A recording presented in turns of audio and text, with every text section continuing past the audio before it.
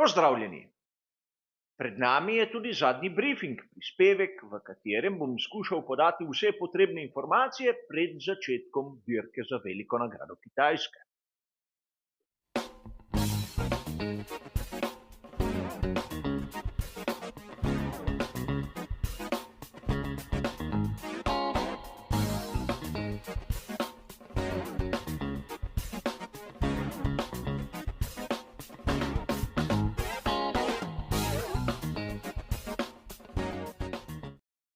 Kot običajno bo tudi tokratni zadnji brifing razdeljen na 3 dele.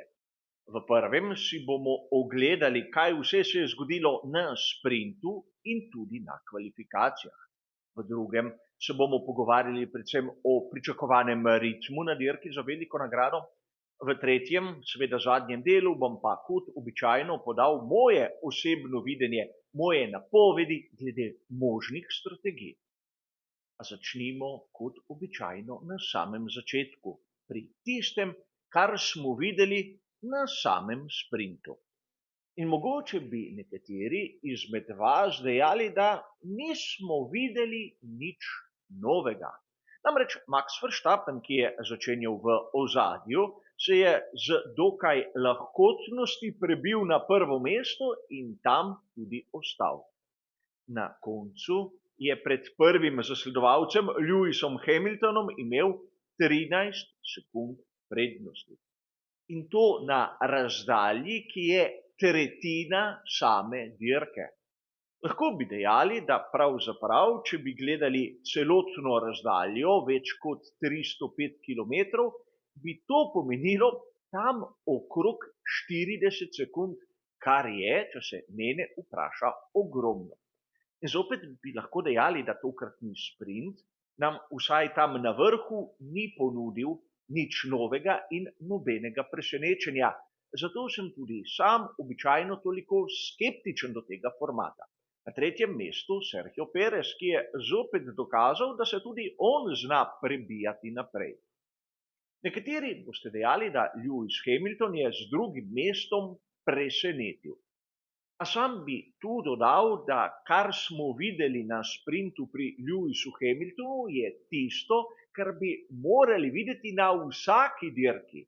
To, kar smo videli tu, bi moralo biti standard.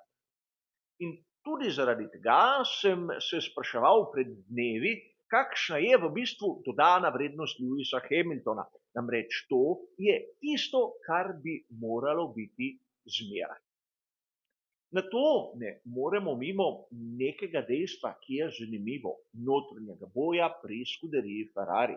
Verjetno je vsakdo izmed vas slišal tisto pritoževanje Charlesa Leclerca nad Carlosom Sainzem mlajšim.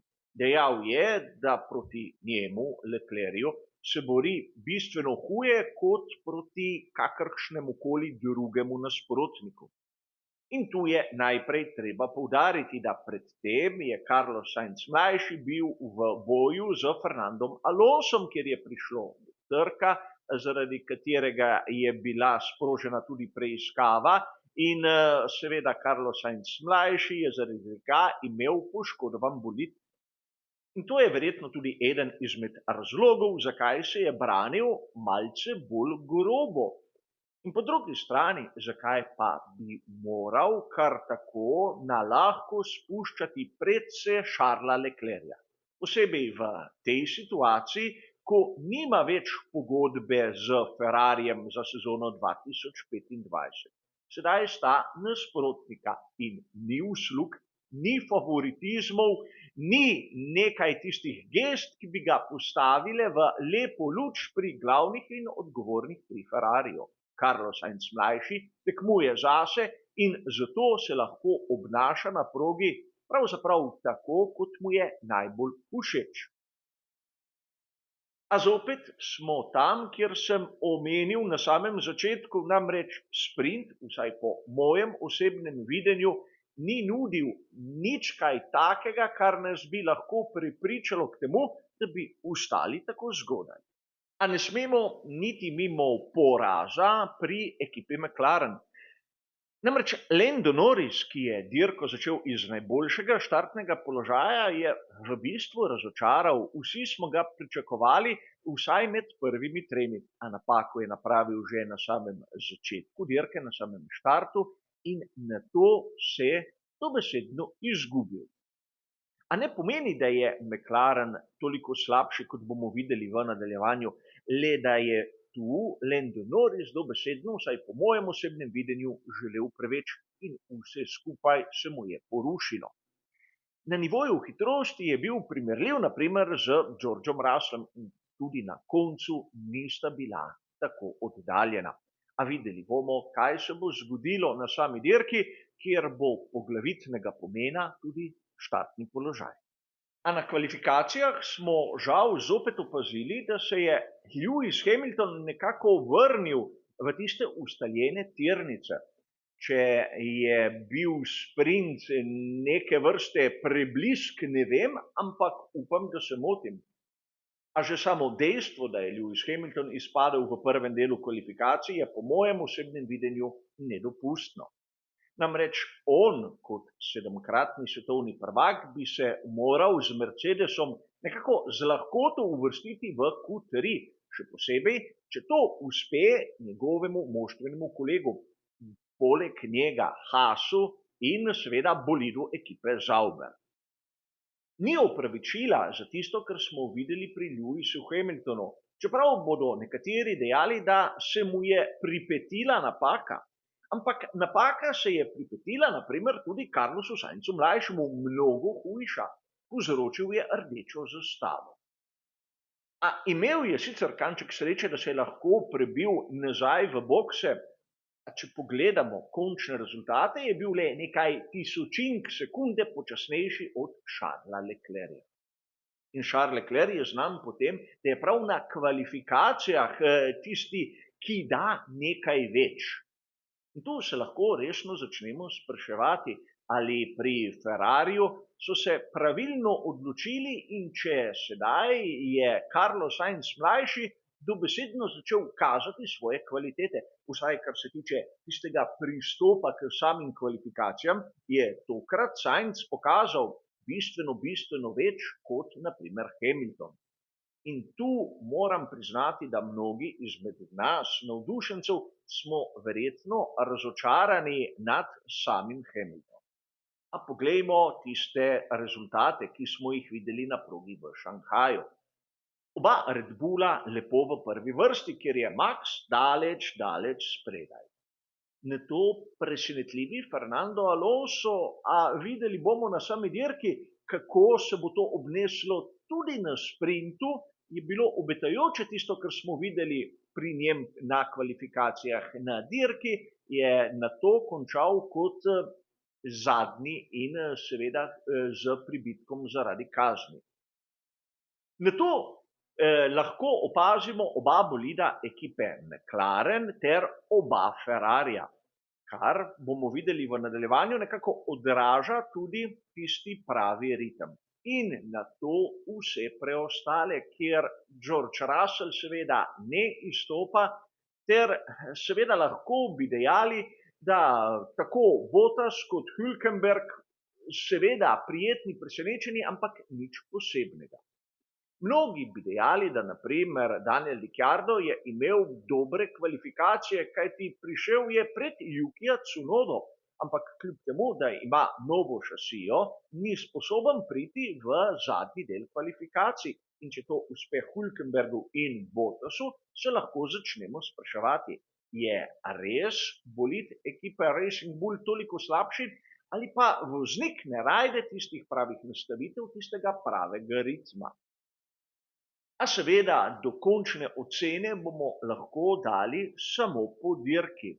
Takrat pa je treba pogledati še nekaj podrobnosti. Kar se tiče ritma, moramo biti izjemno pozorni. Namreč imeli smo samo en prosti trening in seveda ta nam ni pokazal, vsaj nam, ljubiteljem, dovolj tako imenovanih long runov, da bi dobili nek pravi občutek, zakaj gre. Različne ekipe so testirale različno tipologijo pnevmatik In to zna biti poglavitno predvsem pri strategiji, ampak pri ritmu zna zamakniti tiste prave vrednosti. Po mojih izračunih tista projekcija, ki je najbližje realnosti, je tista, ki je bila objavljena na spletni strani Formule 1 f1.com, kjer vidimo, da je Red Bull v prednosti pred McLarenom in seveda Ferrarijem, ampak tu govorimo o Perezu v Red Bullu in seveda ostalih voznikih v svoji ekipi. Max je hitrejši, o tem ni dvoma. McLaren in Ferrari seveda zaostajata na krog, tudi po mojih izračunih, manj kot 2 desetinki v primerjavi z Perezom še enkrat v Red Bullu. Nato imamo Mercedes ter Aston Martin, kjer ima Mercedes prednost, ukolikor bo Lewis Hamilton dal nekaj svojega zraven. Videli smo ga na sprintu prvič, da je pokazal, zakaj je bil v preteklosti 7-krat najboljši na koncu samega prvenstva. A to še ne pomeni, da se bo zgodba ponovila na sami dirki.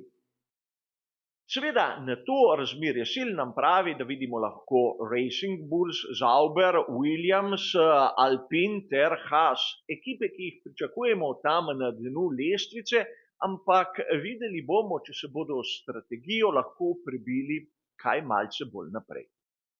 In tu bi vas rad opozoril na neko zanimivost, ki sem jo zasledil pri preučevanju telemetrij, predvsem na tiste podatke, ki so bili objavljeni naprimer na prostem treningu in seveda kvalifikacijah sprinta.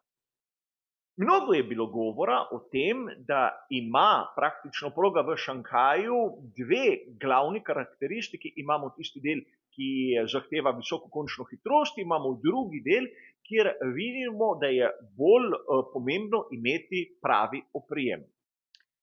In če pogledamo tu končne hitrosti v različnih fazah, bomo ugotovili, da naprimer Ferrari ni med najhitrejšimi, ker smo nekako pričakovali, da bodo slabše ekipe izbrale nastavitve, ki bodo omogočale višjo končno hitrost, ampak manj oprijema. Po drugi strani bi lahko dejali, da pravzaprav tudi Red Bull je bistveno hitrejši od Ferrarija. A tu bi vas rad opozoril na druge preglednice, ki nam kažejo, naprimer koliko odstotkov samega kroga ima naprimer Ferrari odprt plin do konca in kakšna je razlika med časom, ko doseže tisto končno hitrost in časom, kjer pospešuje. Izgleda, da pri Ferrariju imajo žal nastavitve, ki res kažejo, da imajo visok zračni upor. Pospešujejo več časa in manj časa so na tisti končni hitrosti v primerjavi z ostalimi, ampak gre za zanimivost.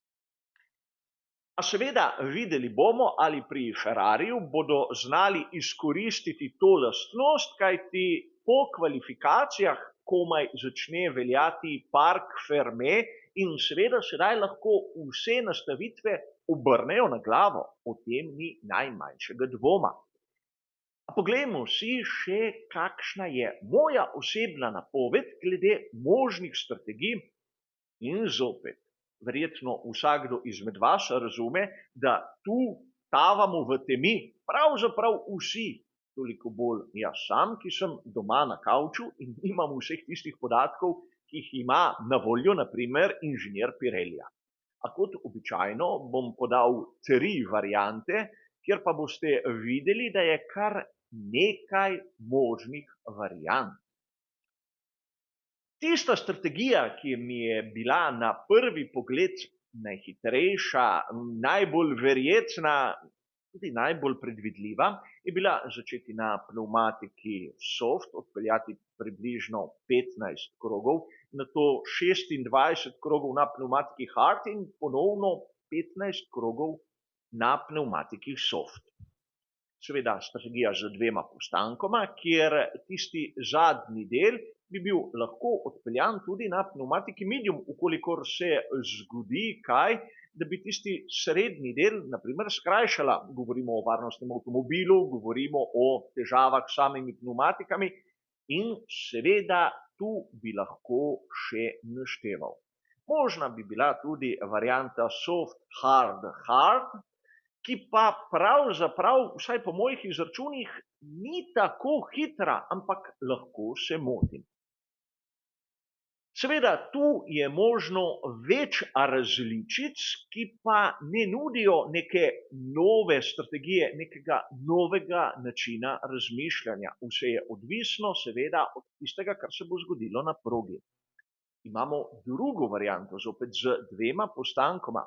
Začeti na pnevmatiki soft, odpeljati približno 10 krogov, in nato dvakrat na pnevmatiki medium po približno 23 krogov. Kar bi bila v teoriji morda celo hitrejša strategija od one prve. In tisti zadnji del, kot vidite na sami grafiki, bi bilo možno zamenjati zopet z pnevmatiko soft. A seveda premalo podatkov imam, da bi trdil, da je ta varianta tista najboljša, najhitrejša in da jo bodo sploh uporabljali na progi. Ampak možna je, kolikor je verjetna, ne vem. In obstaja še tretja varianta, ki je z enim samim postankom začeti na pnevmatiki medium odpeljati 23 krogov in nato 33 na pnevmatiki hard. Seveda s počasnejšim ritmom, ampak z postankom manj. V teoriji, v prvem delu, bi lahko pnevmatiko medium zamenjali s pnevmatiko soft z nekoliko krajšim prvim delom. Izvedljivo, ampak ne vem, kako hiter ritem bi imeli s to strategijo. Videli bomo, kaj se bo zgodilo na progi in seveda tudi, kaj bo napovedal Pirelli. Uro pred štartom bom seveda imel tisto krajše javljanje v živo, kjer vam bom predstavil vse napovedi in seveda analiza sledi v samem komentarju. A kar se tiče tega našega zadnjega briefinga, kot ste razumeli, je to vse. Hvala za vašo pozornost in nasvidenje.